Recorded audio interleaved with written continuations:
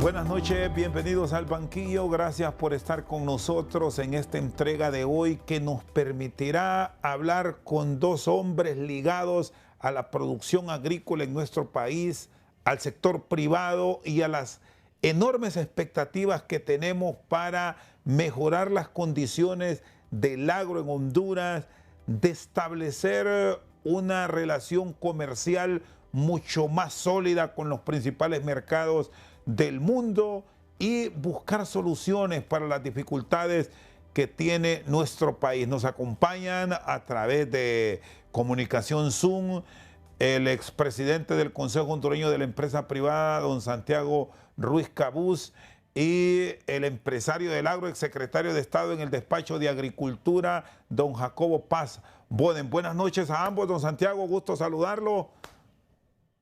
Un placer, Chendo, estar en su programa y acompañado con Jacobo. Siempre es agradable poder expresar el punto de vista de ciertos sectores, sobre todo el sector agrícola, tratando de contribuir con cómo mejorar las cosas en el país. Don Jacobo, un placer saludarlo. Feliz noche. Muchas gracias. Buenas noches. También muy contento de estar nuevamente en su programa, esperando que podamos por lo menos generar algunas discusiones que pueden venir a ayudar a este gran desafío que tenemos de seguridad alimentaria y cómo aumentar nuestra producción nacional y obviamente también cómo mejorar las exportaciones de nuestro país. Bueno, ingeniero Santiago Ruiz, ¿cómo estamos iniciando el año? ¿Tenemos una proyección, una planificación adecuada para enfrentar estos grandes desafíos de país en un año político? ¿Cómo debe ser la reacción de quienes aspiran a gobernarnos en medio de las dificultades que como país hemos venido enfrentando en los últimos años? Bueno, Chendo, este es un año bastante complicado con todas las cosas que usted está mencionando y sobre todo viendo el nuevo cambio de administración en Estados Unidos, en lo cual creo yo que se va a cambiar el orden económico mundial. De cuando hemos venido de hablar de libres mercados, de libre competencia, vemos que la nueva administración del gobierno de Estados Unidos habla de proteccionismo, habla de aranceles, de cosas que antes no teníamos. A lo interno creo que se da la gran oportunidad, sobre todo en un año político, con las autoridades actuales y con quienes pretenden ganar las elecciones, acercamientos con la sociedad hondureña para llegar a acuerdos. Creo que en los últimos 3 años esa actitud de confrontación que nace desde el gobierno hacia todos los sectores que no son afines con la parte ideológica, en este año debe de cambiar. Lo que estamos viendo con esas políticas bastante fuertes del gobierno de Estados Unidos contra todos los países, aún contra sus amigos. Ve que la Unión Europea están nerviosos por lo que están haciendo y el tema migratorio va contra todos los países, aliados y no aliados. Entonces creo que hay una oportunidad ahora de bajarle un poco al discurso, bajarle al enfrentamiento interno en el país y hacia afuera. Creo que ya no hay que estar levantando la mano. Aquí estoy, véanme, desafiando y con unos discursos como que fuéramos una potencia. En el campo agrícola creo que hay cosas interesantes. Arrancamos el año con un superprecio en el tema de café. Se reparte bastante democráticamente entre todos los segmentos. Hay mucho pequeño productor. En cambio, en otros sectores hay desafíos grandes. El tema de camarón no se ha resuelto. Un sector que sigue bastante emproblemado, sin mercado, con precios bajos. El sector de palma africana, ayer ustedes presentaron conflictos que se van agravando y que no se han podido resolver. Y el país yo creo que tiene que entrar en una dinámica diferente. La confrontación no nos lleva a nada. Y fue agradable hoy, primer ministro que oigo, el ministro de Industria y Comercio, decir que paremos la confrontación. Tal vez ese mensaje llega para unir esfuerzos. Tenemos tasas de interés altas en el país, una incertidumbre mundial ahorita. Entonces creo que es un momento oportuno para unir esfuerzos y cambiar esos mensajes. ¿Cómo aprovechar, ingeniero Jacobo Paz, esta coyuntura que ya le explicaba Santiago Ruiz, de tener en el área agrícola precios extraordinarios? En el caso del café estamos alcanzando niveles que hace mucho tiempo no los teníamos. La palma aceitera marca una tendencia también a mejorar. ¿Cómo potenciarnos para sacar provecho de ello en principio? Bueno, creo que en primer lugar, lo que mencionaba Santiago, tiene que haber un diálogo más abierto, más efectivo, que en los últimos 3 años no se ha tenido. ¿Cuántas veces el sector privado ha llamado para que se siente el sector privado, el sector público, la academia es importante, la sociedad civil, para analizar problemas estructurales que tenemos desde hace mucho tiempo? No son nuevos, pero que tenemos que irlos resolviendo. El clima mundial de negocios va a cambiar. Todo el mundo está a la expectativa de qué cosas va a firmar el nuevo presidente de los Estados Unidos. Y eso usted lo mira también en tema de los precios internacionales de productos como la soya, el mismo maíz. Gracias a Dios tenemos un buen precio de café y como dice Santiago, el tema del café es bien importante para el sector agrícola nacional. Son 120.000 familias aproximadamente que dependen de la caficultura y cuando los precios están buenos hay un derrame económico que beneficia a todo el mundo. Se está pagando mejor a los corteros a pesar de que hay escasez de mano de obra, pero como hay capacidad de pagar mejor precio, entonces sí se consigue una cantidad importante de personas dispuestos a ir a trabajar, obviamente, por un mejor salario.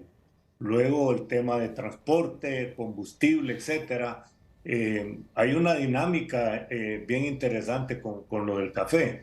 Sin embargo, también hay desafíos porque ahora usted requiere mucho más capital de trabajo para comprar una carga de café.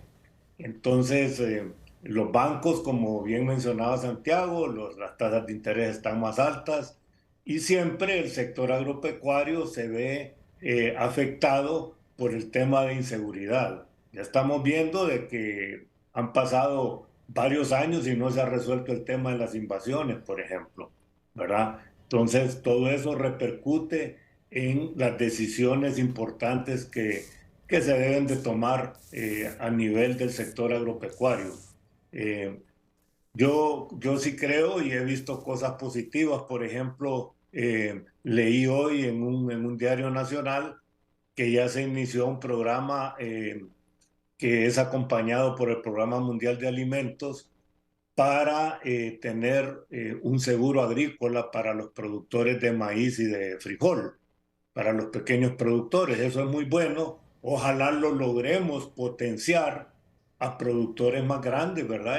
Y a otros rubros importantes del sector agrícola, porque es una manera, con el cambio climático, estamos todos los años viendo qué problema vamos a tener, ¿verdad? O es el niño o es la niña, y cualquiera de las dos cosas puede causar serios problemas al sector agropecuario.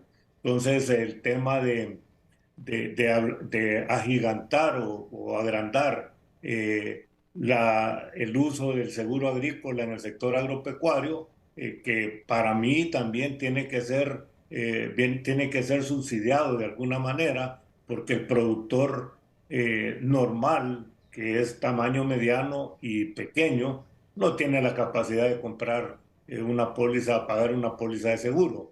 Pero en los países desarrollados sabemos que es una herramienta de apoyo a través de un subsidio que le da el gobierno. De hecho, el gobierno de los Estados Unidos el 85-90% del famoso Farm Bill, que es apoyo a los agricultores, es seguro de precio y seguro de cosecha que se le da a los productores de ese país. Y los actores políticos en Honduras están claros en este mensaje, han entendido lo que están diciéndonos los mercados internacionales para una reacción puntual en el país, o hay que seguírselos recordando, Santiago.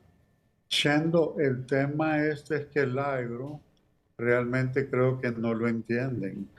Usted ve ahorita, todos los candidatos hablan de que la canasta básica está muy alta y se convierte en un tema de campaña. O sea, y no debería de ser así. O sea, el tema principal de canasta básica es que el hondureño no tiene trabajo, no tiene ingreso para poder comprar la canasta. O sea, la canasta básica tiene ese precio porque problemas de clima, problemas de altos costos, petróleo, que aunque el gobierno subsidia una parte del galón de combustible, está alto. Eh, entonces, creo yo que el gobierno no tiene capacidad para bajar una canasta básica. La canasta básica puede bajar porque usted tiene bastante producción, porque ha sido apoyada por políticas públicas. O sea, por arte de magia, el gobierno no tiene varita para decir voy a bajar los precios. Los precios bajan cuando usted tiene bastante oferta de los productos, que no es lo que pasa en el país. Y siendo todavía un país, 50% de la gente vive en el campo, porque nos alegramos cuando el precio del café está alto. Todo el país está feliz porque tenemos ahorita un precio récord arriba de $350, $350 el quintal. Pero cuando sube el productor de allá de Olancho un lempira en la libra de queso, todo el mundo se le echa encima. El huevo es un tema que pasa todas las semanas, que subieron los huevos, que no paran de subir los huevos. Entonces, el problema es que la gente no tiene el poder adquisitivo para comprar ese huevo.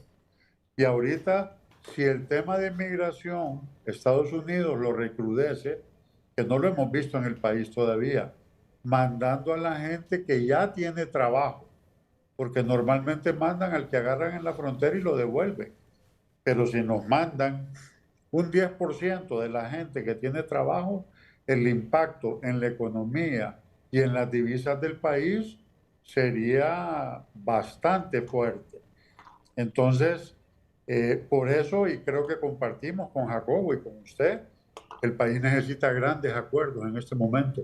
La parte ideológica, apártenla un poco, y sentarse a definir estrategias y políticas para qué se va a hacer para esos inmigrantes que van a venir, qué se va a hacer con ellos, para si hay esas medidas proteccionistas y de repente empiezan a tirar aranceles selectivamente a cosas para presionar a estos países, ¿qué es lo que vamos a hacer? En ese tipo de cosas creo que debemos estar enfocados, y como lo mencionó Jacobo, ¿qué vamos a hacer para convertir a este país en un país exportador? ¿Y dónde lo podemos conseguir lo más rápido posible? Es en el tema agrícola. Entonces, tenemos que fortalecer la divisa. Usted vio cómo venían bajando las reservas internacionales, se apoyaron con el bono soberano, con un préstamo, pero eso se vuelve insostenible y un círculo vicioso. Tenemos que ver qué sectores pueden ser competitivos, qué sectores hay que apoyar para lograr salir de este estancamiento. Es más, el sector agrícola creo que bajó como un 2% el año pasado. El sector exportador en general del país igual, bajó alrededor de un 1,5, un 2%. Entonces, ahí tenemos señales que cómo se puede lograr, hey, todos juntos que le pongamos cabeza, y el mejor aporte de las dirigencias ahorita de gobierno, empresariales, sindicales, esas son las tres patas de la mesa, y la incorporación de la academia y sectores sociales que deben de tener participación en estos temas. Muy bien. Don Santiago Ruiz y don Jacobo Paz Boden están con nosotros al banquillo. Vamos a ir a una pausa sobre esos controles que hacían referencia a ambos. ¿Cómo se deben estructurar para ser verdaderamente competitivos y atractivos a los grandes mercados? El tema de la tenencia de la tierra, que es uno de los elementos claves y fundamentales para el desarrollo del país. ¿Cómo se debe manejar frente a los conflictos que en este momento estamos viviendo? Después de la pausa abordamos este tema. Seguimos esta noche al banquillo con nuestros invitados de hoy, don Santiago Ruiz y don Jacobo Paz Boden. Hablábamos de esos controles y lo atractivo que como país debemos tener en un momento donde las grandes potencias están volviendo los ojos al campo y Honduras, con esa enorme vocación agrícola que tiene, de repente ha desaprovechado. Ya vamos a tener espacio para revisar la inversión en el Valle de Sula, la construcción de represas, pero antes, para continuar la secuencia de este diálogo que sostenemos, don Jacobo, el tema de la tenencia de la tierra. Este ha sido un dolor de cabeza histórico y contrario a una solución, a un punto final. Parece que el dejar hacer y dejar pasar ahora nos tiene metidos en un gran lío. Y si no, miremos lo que ha pasado esta semana en el Bajo Aguán, que tuvo que reaccionar la policía para establecer un alto, porque si no esto se nos iba de la mano, como ya ha pasado en otros sitios del país. Choluteca es un ejemplo, el Valle de Sula es otro caso, y no digamos este conflicto del Bajo Aguán, que ha dejado hasta muertos incluso. Don Jacobo. Sí, muy interesante la pregunta, Chendo. Creo que muchas veces tenemos que ver qué pasa en nuestro entorno regional, ¿verdad? Aquí nomás en un país vecino, Nicaragua, que es un gobierno que ya todos conocemos, tendencia de izquierda. Sin embargo, el respeto a la tenencia de la tierra existe en Nicaragua, y eso es lo que ha generado que Nicaragua tiene una fuerte exportación de productos agropecuarios. Es el mayor exportador de carne de Centroamérica. Operan creo que 4 o 5 empacadoras, 2 de las cuales son empresas internacionales que operan en Nicaragua, y eso ha permitido que la ganadería crezca en Nicaragua porque no hay un problema de conflicto de tierra, de tenencia de la tierra. Han pasado 3 años y todavía vemos que no hay solución a los problemas, y esas cosas ahora con los medios, redes sociales, etcétera, se saben a nivel internacional, y eso ha generado que muchas compañías que quisieran invertir en el país en el tema agropecuario decidan irse a otro lado porque sienten que no hay una seguridad jurídica suficiente en el país. En el caso de qué potencial tenemos, mire, ahí nomás está El Salvador. El Salvador es un país pequeño, no tiene las grandes cantidades de tierra que nosotros tenemos, no tiene capacidad para producir lo suficiente para alimentar su población, son importadores netos, ¿verdad? Importan de Guatemala, importan también de Honduras, de Nicaragua, importan muchos lácteos.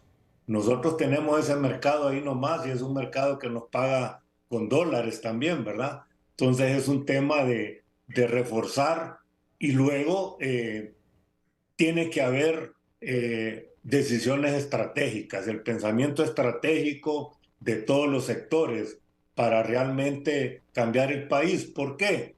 Porque no esperemos que nos que vengan de fuera a resolver nuestros problemas.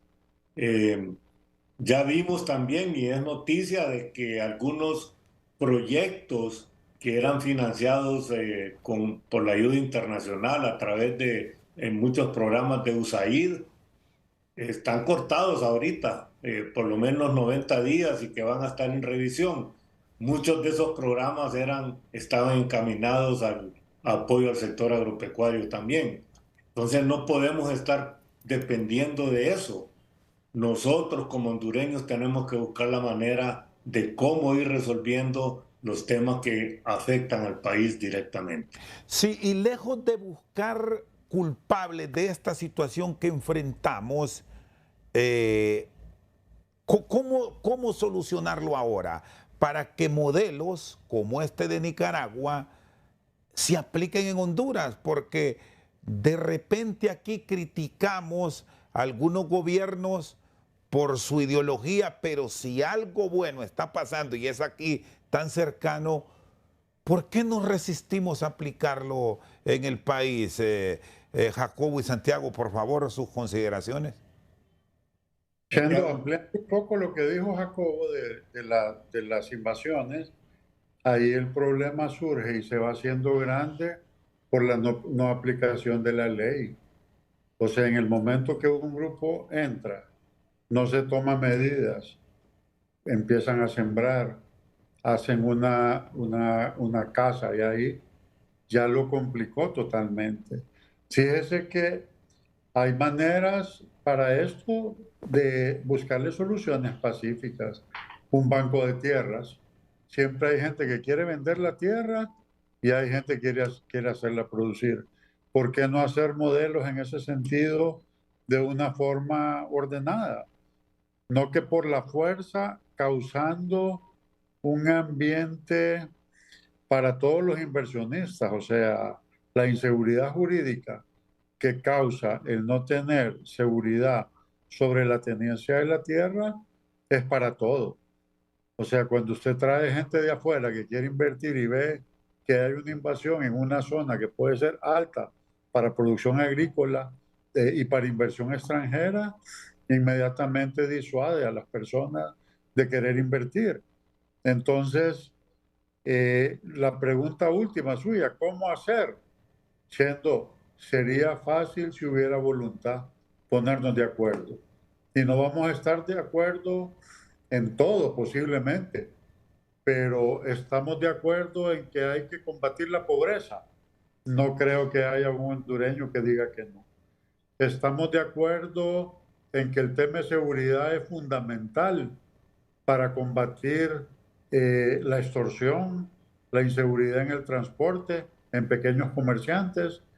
Estamos convencidos de que hay que mejorar el sistema de salud, de que la gente por lo menos debe tener atención con la medicina del cuadro básico en los hospitales y no tener una cirugía 2 años después. Entonces, ese tipo de cosas creo yo que serían 4 o 5, decir, hey, resolvamos esto.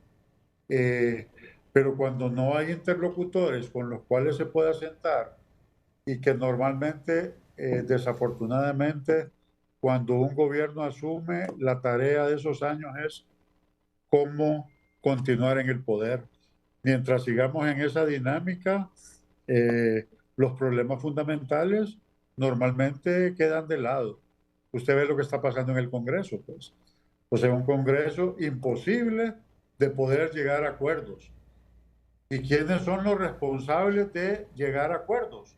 Quienes dirigen, quienes llevan la agenda, pero causa unos conflictos que se vuelven inmanejables.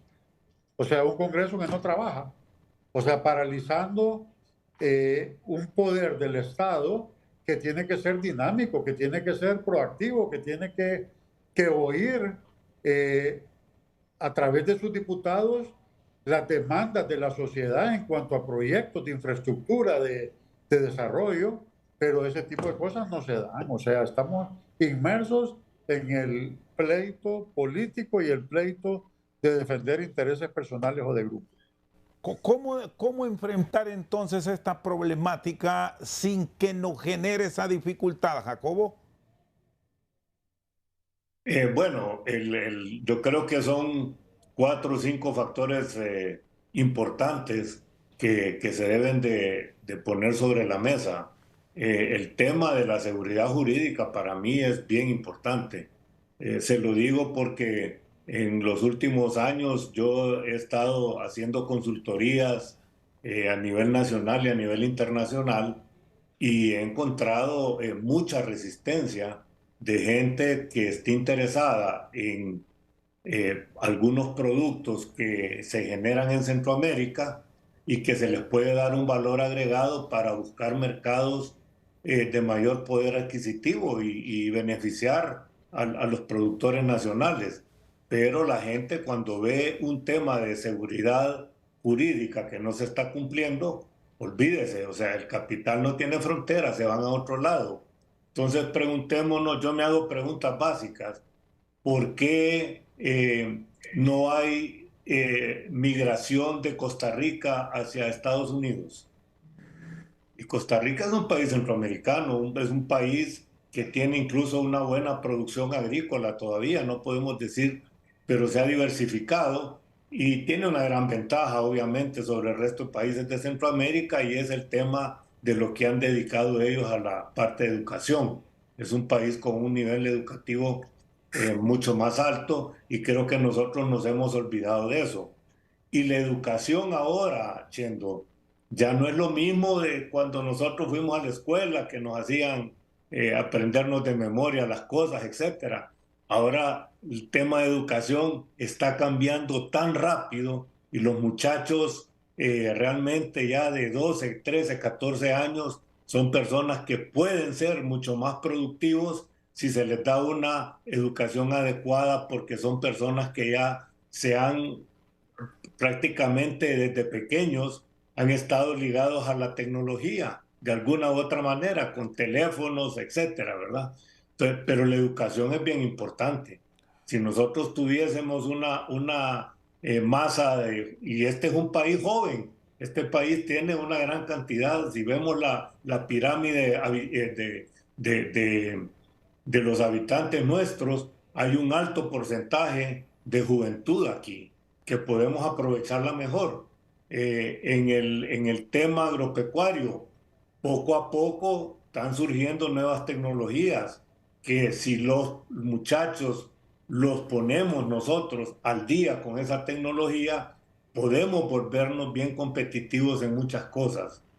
Entonces, esos son los temas que hay que llevar sobre la mesa en un diálogo que sea, que nos olvidemos del tema de política y que nos concentremos en cómo resolvemos estos problemas que han venido afectando el país desde hace muchos años. Muy bien, vamos a una pausa, ya continuamos con nuestros invitados de hoy hablando del proceso de desarrollo de nuestro país y los grandes retos para una área que instituciones como el Banco Mundial nos han dicho en los últimos años debemos atender porque ahí está el gran desarrollo de las naciones. Don Jacobo Paz Boden y don Santiago Ruiz Cabús continúan después de la pausa aquí en Al Banquillo.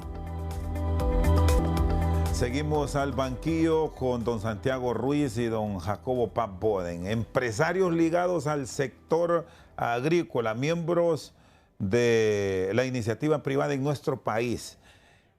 Proyectos como el que se está desarrollando a nivel del Valle de Sula y que se ha ratificado en las últimas horas con la aprobación finalmente de un recurso para la construcción de obras de mitigación, que esto lo hemos venido hablando creo que los últimos 50 años a nivel de país desde los gobiernos militares. Ahora se da un paso fundamental. ¿En qué medida puede contribuir en todo este proceso de recuperación del agro una obra que debemos decir también va a pasar quizás el otro gobierno que se instala en menos de un año y de repente no se habrá terminado, seguiremos?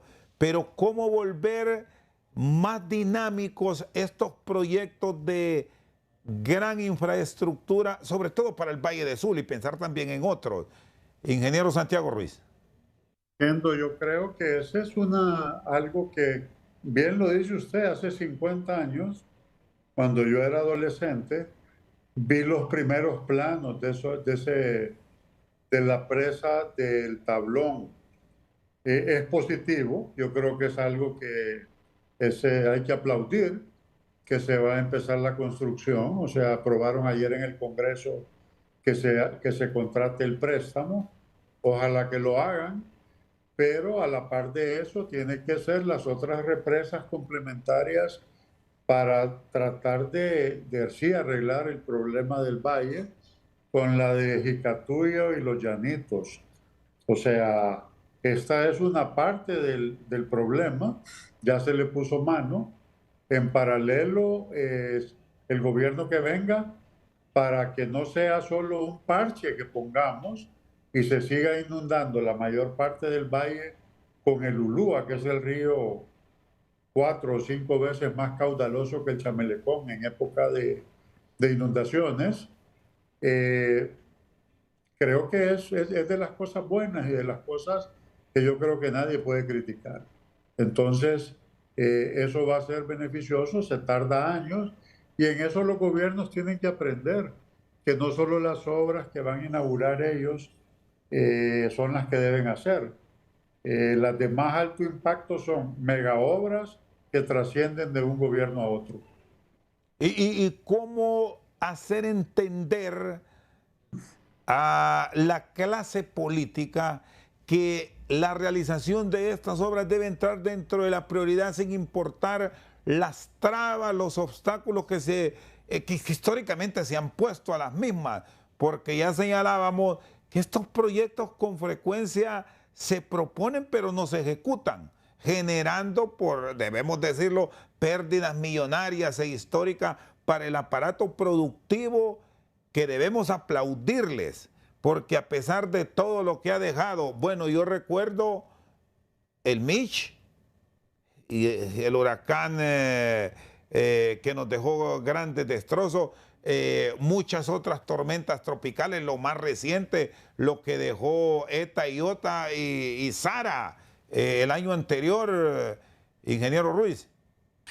Siendo el retroceso económico que causa cada uno de esos eventos cada 20 años, el Francelia en el 74, el Mitch en el 98, Eta Iota que se tardó un poquito más, es un impacto que pega en hacer retroceder el sector agrícola. Con Eta Iota, los bananeros independientes del Valle de Sula desaparecieron y nadie se dio cuenta que desaparecieron.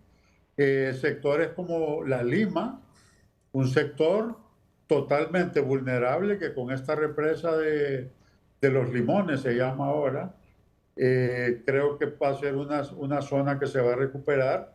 La Lima es un lugar en que normalmente la gente tiene su casa, tiene su comercio y no es sujeto de crédito por la vulnerabilidad que tiene.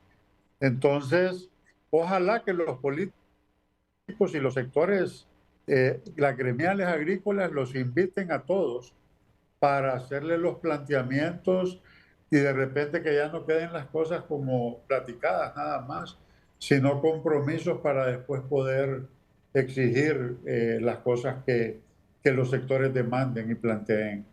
Los auxilios, si podemos utilizar esta palabra, ¿cómo se deben plantear por parte del gobierno para no dejar desprovisto a estos sectores que históricamente le han apostado al desarrollo del campo, pero cuando se presentan estos fenómenos se le genera la dificultad de no encontrar financiamiento, del remate de sus propiedades y en donde son productivos, volvemos al planteamiento del inicio, resulta que ahora son tierras como que fuesen de nadie porque ahí van grupos invasores. Entonces, ese respaldo del gobierno, ¿en qué términos se debe presentar para ser atractivos también? Porque hay que buscar la cooperación externa, la ayuda externa para volver sostenible las inversiones, Santiago. Chendo, necesita, y ya lo mencionamos varias veces, seguridad jurídica. De ahí estas mega obras que ya se está empezando la primera con esta represa de protección del valle. Y después ver esos cultivos, vaya, le digo, el banano con conocimiento de causa, se lo digo, desaparecieron los bananeros independientes de Santiago, San Manuel, Guanchías, esa gente desapareció, generaban una gran cantidad de divisas para el país, alta cantidad de empleo y salieron, esas tierras están pasando a caña de azúcar, que usa, va a ser productivo siempre, pero mucha menos mano de obra y mucho menos valor agregado en cuanto a la generación de divisas. Eh, yo recalco y no me canso, Chendo, en cada programa y en el suyo varias veces ya, tenemos que llegar a acuerdos. Y no es posible que todo el que piense diferente esté equivocado. Y sobre todo viniendo de los sectores, o sea, de la gente que le duele lo que está pasando, que siente los obstáculos que tiene para reactivación del sector. Yo creo que más que regalar, y lo hemos platicado varias veces, poner fondos de garantía robustos y que puedan ser ejecutados fácilmente. O sea, la mayoría de la gente en Honduras paga. Obviamente, cuando tiene una catástrofe agrícola, entra en problemas y entra en problemas de insolvencia. Ahí entra lo que dijo Jacobo Paz, el seguro. Es un conjunto de medidas, pero hay que sentarse en una mesa a poner cuáles son las prioridades, cuál es el cronograma que se va a seguir, quiénes son los responsables, pero de cosas tangibles que no se queden nada más en un discurso vacío y sobre todo en época de campaña se habla bellezas del sector. Una vez que pasa, pasa como todo en el país, a segundo plano, y en el país comemos política los 365 días del año, cada periodo presidencial. Sí, Jacobo, y es un asunto este que se está planteando por el sector productivo de nuevas leyes o ya lo que tenemos es suficiente y lo que falta es una acción para proteger al que le apuesta a transformar el país. ¿Cuál es el análisis que tienen de todo este escenario que estamos viviendo durante un año que apenas se está iniciando con grandes expectativas por el tema electoral, por el cambio de administración que hemos tenido en Estados Unidos, que es el que más compra a nuestro país? Bueno, el país, por ejemplo, el sector agrícola necesita recursos bastante grandes en cuanto a financiamiento. Y el sector agrícola necesita de la banca de desarrollo. El sector agrícola necesita de la banca de segundo piso con redescuentos, que es un subsidio directo al costo del dinero. O sea, en eso debe haber una planificación y una colocar los recursos, no que siempre se acaban, no alcanzan. Tiene limitaciones para inversiones grandes. Entonces yo creo que el sector tiene que ser segmentado, obviamente, la parte de subsistencia, el pequeño, el mediano y el grande, que entren en todo el juego que al final los puede armonizar en las cadenas. Esos son trabajos que se hicieron a través de muchos años, las cadenas de alrededor de 20 productos, hablo de maíz, arroz, cebolla, papa, frijol, esas cadenas han funcionado. Creo que hay que fortalecerlas. Los actores ya se conocen, o sea, las dirigencias actuales yo veo que es gente responsable y gente de diálogo. Entonces, creo que quienes manejan el país tienen que tomar las iniciativas, pues el sector privado lo ha pedido. Y el sector privado no es solo las grandes empresas, a las cuales han estigmatizado en una forma que no es correcta. Sí, ingeniero Jacobo Paz, y en este dinamismo, ¿cómo involucrar a esos sectores? Como plantea Santiago, de beneficiar no solo al gran productor, sino también involucrar en esa cadena de desarrollo a otros sectores que también con grandes esfuerzos, a pesar de los daños que se han sufrido, siguen ahí sin abandonar el campo. Bueno, mire, Santiago mencionaba algo muy interesante y es el tema del fortalecimiento de las cadenas. Cuando usted tiene una cadena fortalecida, realmente está integrando medianos, pequeños y obviamente tal vez un sector industrial, ¿verdad? Pero, y todo se hace ganar, ganar. Ese pequeño productor que es el que se asolea desde las 5:30, 6 de la mañana hasta las 6 de la tarde, si hay un encadenamiento adecuado y fortalecido financieramente, va a recibir un pago adecuado por su producto. Y ese producto puede ser objeto o pasar a ser un producto de valor agregado que se puede comercializar perfectamente en el país, en la región y fuera de la región. Así es como tenemos que empezar a trabajar, porque lo de las cadenas, eso hace tiempo que se hizo. Yo me recuerdo que estaba en ese tiempo en el sector avícola y yo participé cuando el presidente Maduro organizó eso y le dio, él personalmente se involucró para que estas cadenas se fortalecieran. Si usted ve la producción avícola de Honduras, es una producción competitiva. De hecho, Honduras puede, creo que el año pasado hizo el Congreso Avícola Latinoamericano en San Pedro Sula y se demostró que el sector avícola es fuerte, que puede perfectamente continuar creciendo, genera empleo y es un producto que eventualmente incluso estoy seguro que podemos exportar fuera de las fronteras nuestras, en la región, y ya hay un comercio intrarregional que es bastante activo y eventualmente pues Honduras incluso puede exportar productos a Estados Unidos, que es un excelente mercado también. Entonces, ¿Y cómo mantener viva esa relación? Ya les planteaba con ese gran mercado en medio de todas estas discusiones políticas que hemos generado con la administración Trump. bueno, mire, yo creo que en primer lugar tiene que haber un trabajo a nivel diplomático. A los Estados Unidos no le conviene pelearse con los vecinos, ¿verdad? Eventualmente yo siento que va a haber alguien que le va a decir al presidente que tiene que ver con más tranquilidad sus políticas a nivel de América Latina.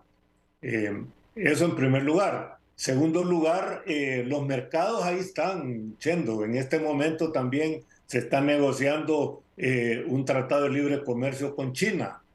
Bueno, el mercado chino, ¿cuántos países quisieran entrar ahí, verdad? Por el tamaño de ese mercado.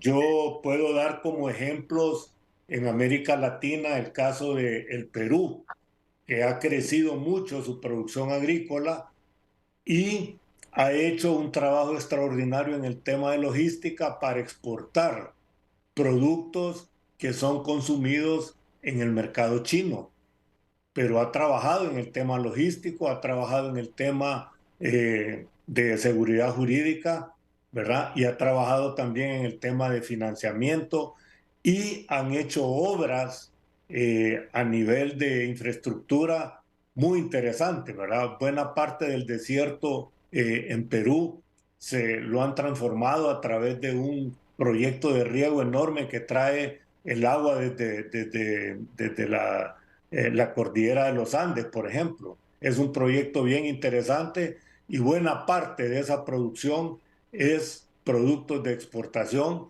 para diferentes mercados, no solo China, pero el mercado de China ellos lo han desarrollado. Si vemos las estadísticas de cómo han crecido las exportaciones de productos agropecuarios peruanos, vemos que el mercado chino cada vez tiene una participación más fuerte. Pero hay otros mercados, ¿verdad? Al final del día es un tema de oferta y demanda y de ser competitivos.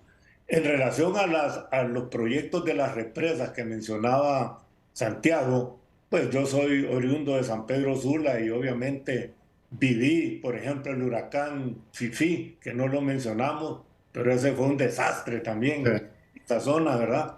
Entonces, mire, hay una manera más rápida de que estos proyectos se ejecuten y es buscando una empresa internacional grande que haga los proyectos, aunque se les dé un periodo de 20, 30, 40 años, que ellos manejen la generación de energía.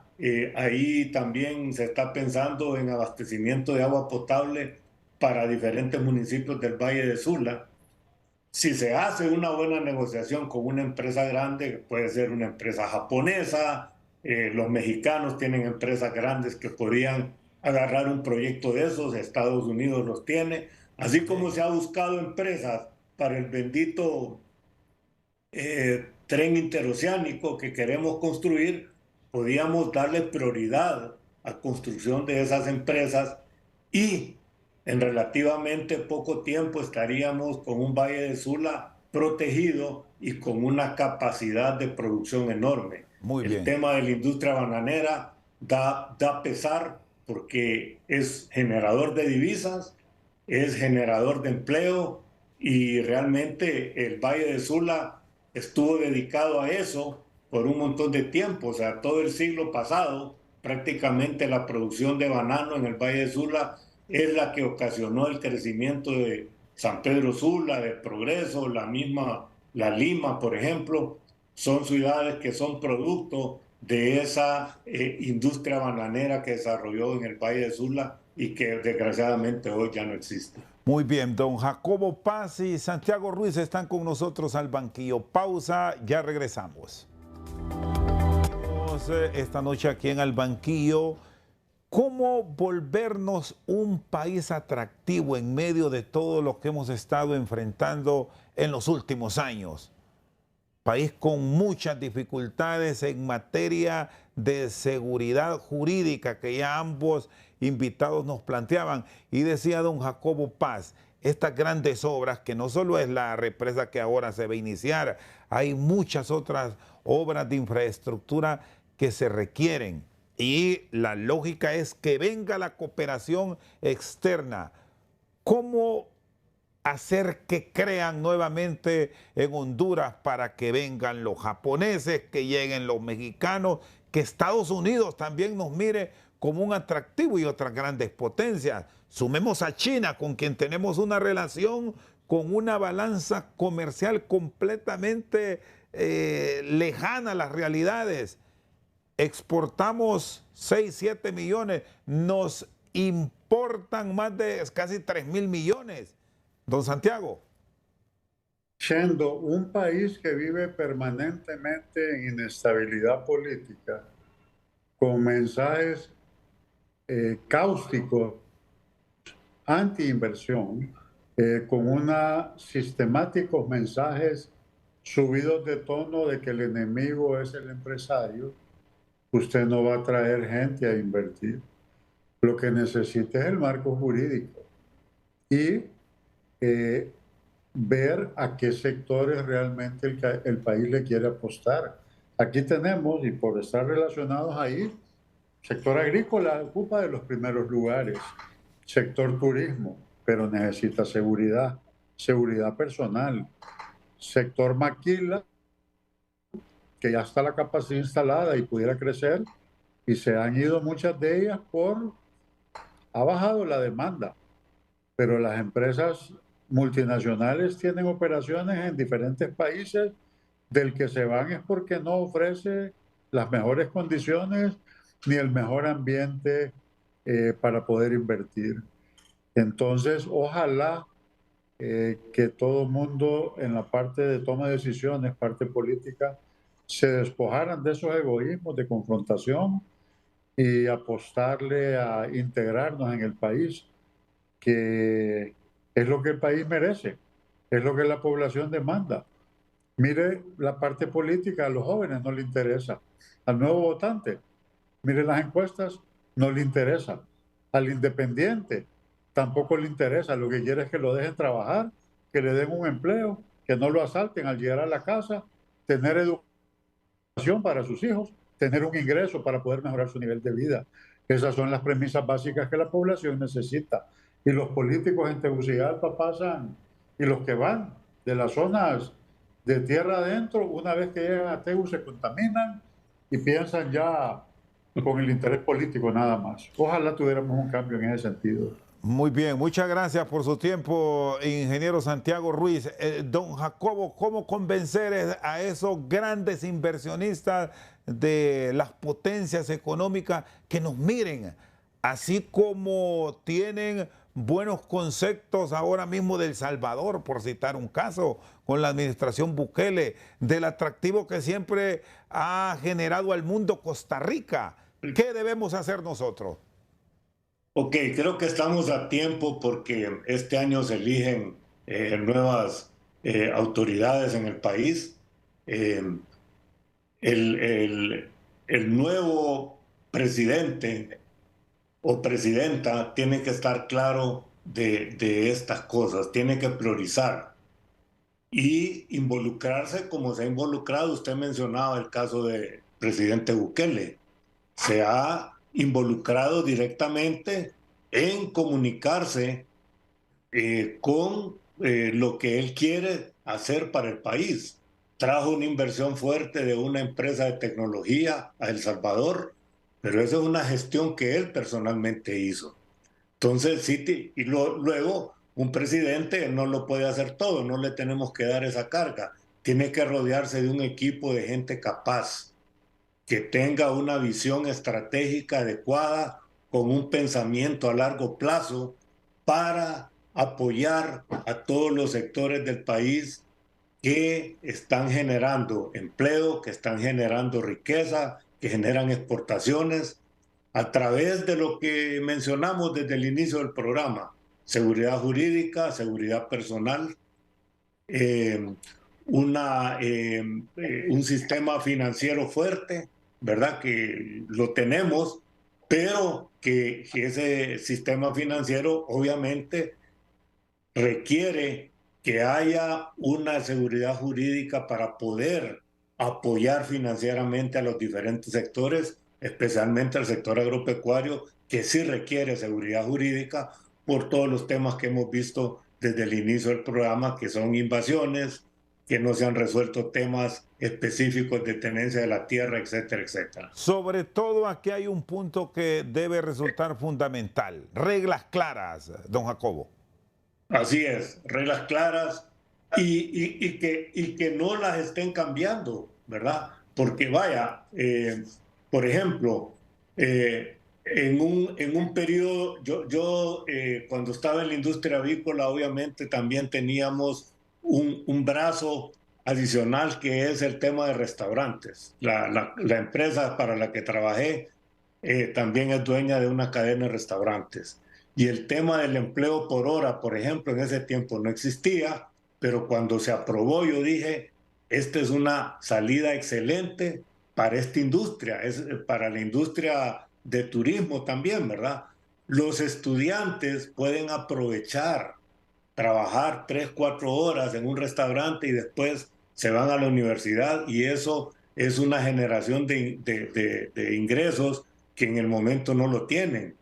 Y es una manera también de ir aprendiendo de que tiene que esforzarse uno, ¿verdad? Porque no todo es fácil en la vida y no todo mundo nace en cuna de oro, ¿verdad? Es una manera de irle enseñando a los jóvenes que se esfuercen para que le den valor a ese esfuerzo, y es un aprendizaje también, ¿verdad? Entonces, temas de ese tipo, la seguridad jurídica implica eso. Se hace una normativa, se aprueba una ley, y esa ley, si es aprobada por consenso, tiene que permanecer, o tiene que salir una ley que mejore lo que se aprobó. Pero aquí, con eso del empleo por hora, más bien nos fuimos para atrás y dejamos en el aire a un montón de muchachos que podrían estar en este momento recibiendo un ingreso adicional. Agradezco su tiempo a don Jacobo Papoden y a don Santiago Ruiz Cabús, que nos han acompañado esta noche al banquillo. Muchas gracias. Muchas gracias a usted, Chendo. Gracias, Chendo. Feliz noche, gracias por su sintonía.